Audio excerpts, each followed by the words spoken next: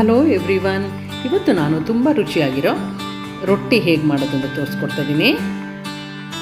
Welcome to Hema's hobbies. ನನ್ನ ಚಾನಲ್ನ subscribe ಮಾಡಿಲ್ಲ ಅಂದರೆ ಸಬ್ಸ್ಕ್ರೈಬ್ ಮಾಡಿ, ಬೆಲ್ ಐಕಾನ್ನ ಟ್ಯಾಪ್ ಮಾಡಿ.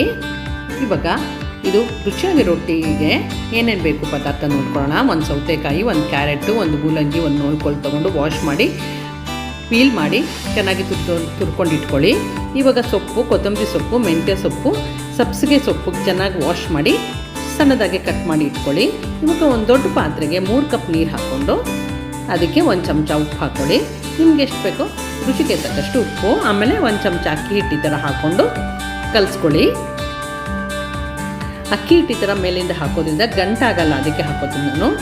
ಇವಾಗ ತುರ್ಕೊಂಡಿರೋ ತರಕಾರಿ ಎಲ್ಲ ಹಾಕೋಬೇಕಾಗುತ್ತೆ. ಕ್ಯಾರೆಟು, ನೋಳ್ಕೋಲು, ಮೂಲಂಗಿ ಮತ್ತು ಸೌತೆಕಾಯಿ.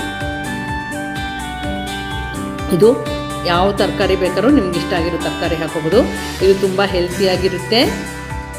ಇವಾಗ ಕುದೀತಾ ಇದೆ. ಇವಾಗ ಕುದೀತಾ ಇದ್ದಾಗ 1 ಕಪ್ ಅಕ್ಕಿ ಹಿಟ್ಟು ಹಾಕ್ಕೊಂಡು ಕಲಿಸ್ಕೊಳ್ಳಿ ಸ್ವಲ್ಪ. ಅದಾದಮೇಲೆ ಒಂದು ಅರ್ಧ ಕಪ್ಪು ಜೋಳದ ಹಿಟ್ಟು, ಆಮೇಲೆ ಒಂದು ಅರ್ಧ ಕಪ್ಪು ರಾಗಿ ಹಿಟ್ಟು ಹಾಕ್ಕೊಂಡು ಅದನ್ನು ಮಿಕ್ಸ್ ಮಾಡ್ಕೊಳ್ಳಿ. ಈ ಥರ ಮೇಲ್ಗಡೆ ಮಿಕ್ಸ್ ಮಾಡಿಕೊಂಡೆ. ಈಗ ಸ್ಟವ್ನ ಆಫ್ ಮಾಡ್ಕೊಂಡ್ಬಿಡಿ.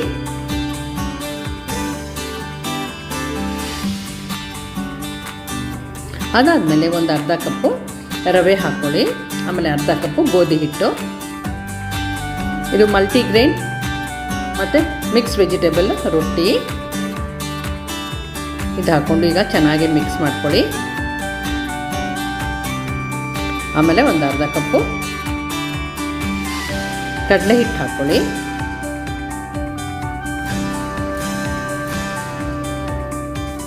ಇವಾಗ ಕಡಲೆ ಹಿಟ್ಟು ಹಾಕೊಂಡ್ಮೇಲೆ ಸ್ಮೂತಾಗೆ ನೋಡಿ ಈ ಥರ ಮಾಡ್ತಾ ಸ್ಮೂತಾಗೆ ಅದು ಮಿಕ್ಸ್ಚರ್ ಆಗಬೇಕು, ಆ ಥರ ಮಾಡ್ಕೊಳ್ಳಿ.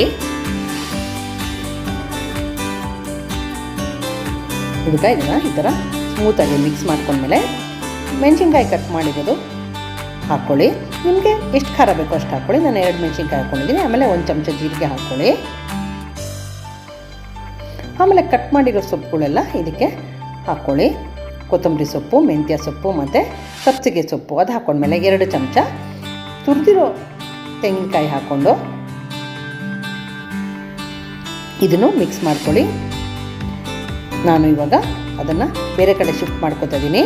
ನನ್ನ ಚಾನಲ್ನ ಸಬ್ಸ್ಕ್ರೈಬ್ ಮಾಡಿಲ್ಲ ಅಂದರೆ ಸಬ್ಸ್ಕ್ರೈಬ್ ಮಾಡಿ. ಇವಾಗ 1 ಚಮಚ ತುರಿದಿರೋ ಶುಂಠಿ ಹಾಕ್ಕೊಳ್ತಾ ಇದ್ದೀನಿ.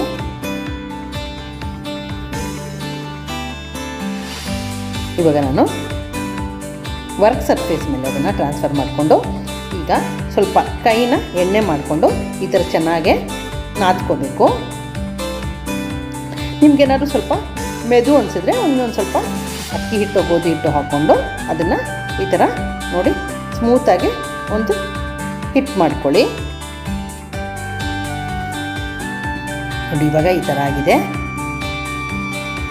ಇದನ್ನು ಒಂದು ಕಡೆ ಎತ್ತಿಟ್ಕೊಂಡು ಇವಾಗ ಅದನ್ನು ರೊಟ್ಟಿ ಮಾಡೋಣ. ನಾನು ಯಾವಾಗಲೂ ಪ್ಲಾಸ್ಟಿಕ್ ಶೀಟ್ ಮೇಲೆ ಮಾಡ್ತೀನಿ. ಒಂದು ದೊಡ್ಡ ಬಾಲು ಹಿಟ್ಟು ತಗೊಂಡು ಅದನ್ನು ನೋಡಿ ಈ ಥರ ಸ್ಪ್ರೆಡ್ ಮಾಡ್ಕೊಳ್ಳಿ. ಆಮೇಲೆ 1 ಚಮಚ ಎಳ್ಳು ಹಾಕ್ಕೊಳ್ಳಿ. ಅದ್ರ ಮೇಲೆ ಎಳ್ಳು ಹಾಕ್ಕೊಂಡು ಈ ಥರ ನಿಧಾನಕ್ಕೆ ಕೈಯಿಂದ ತಟ್ಕೊಳ್ಳಿ. ಆಮೇಲೆ ಇನ್ನೊಂದು ಶೀಟ್ ತಗೊಂಡು ಅದೇ ಥರ ಸ್ಪ್ರೆಡ್ ಮಾಡ್ಕೊಳ್ಳಿ.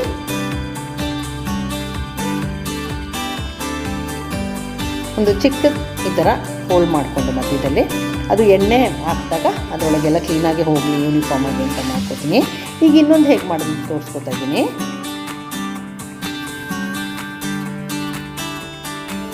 ನೋಡಿ ಹಿಟ್ಟು ಈ ಥರ ತೊಗೊಂಡು ಒಂದು ಸ್ವಲ್ಪ ಎಣ್ಣೆ ಹಾಕ್ಕೊಂಡು ಈಗ ಸ್ವಲ್ಪ ತಟ್ಕೊಂಡು ಆಮೇಲೆ ಅದ್ರ ಮೇಲೆ 1 ಚಮಚ ಎಳ್ಳು ಹಾಕ್ಕೋಬೇಕು. ಇದು ತುಂಬ ಹೆಲ್ತಿಯಾಗಿರೋ ರೊಟ್ಟಿ. ಚಳಿಗಾಲಕ್ಕಂತೂ ತುಂಬ ಒಳ್ಳೆಯದು. ಯಾರು ಬೇಕಾದ್ರೂ ತಿನ್ಬೋದು. ಮಲ್ಟಿಗ್ರೇನು, ಮಲ್ಟಿ ವೆಜಿಟೇಬಲ್ಲು, ಆಮೇಲೆ ಬೇರೆ ಥರ ಸೊಪ್ಪುಗಳು ಹಾಕಿರೋದ್ರಿಂದ ಇದು ಎಲ್ಲರಿಗೂ ತುಂಬ ಹೆಲ್ತಿ. ಬ್ರೇಕ್ಫಾಸ್ಟ್ಗಾದ್ರೂ ತಿನ್ಬೋದು ನೀವು, ಲಂಚು ಅಥವಾ ಡಿನ್ನರ್ಗೂ ಬೇಕಾದ್ರೆ ತಿನ್ಕೋಬೋದು.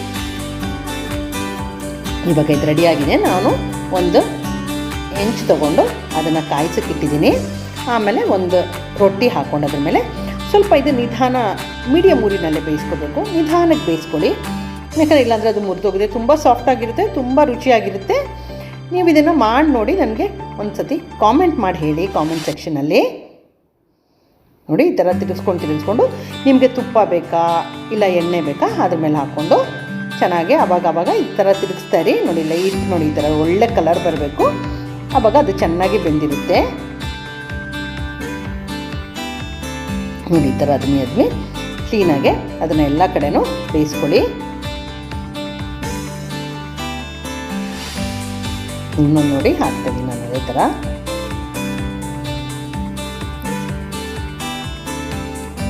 ಇದು ನಾರ್ಮಲ್ ಆಗಿರೋರು, ಡಯಾಬಿಟಿಕ್ ಇರೋರು ಏನಿದ್ರು ಇದು ತುಂಬ ಒಳ್ಳೆಯದಾಗುತ್ತೆ ಎಲ್ಲರಿಗೂ, ಭಾಳ ಹೆಲ್ತಿ ರೊಟ್ಟಿ.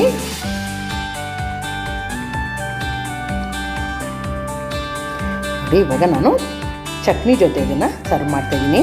ಹೇಗಿದೆ ಅಂತ ನೀವು ಹೇಳಿ. Thank you for watching my video.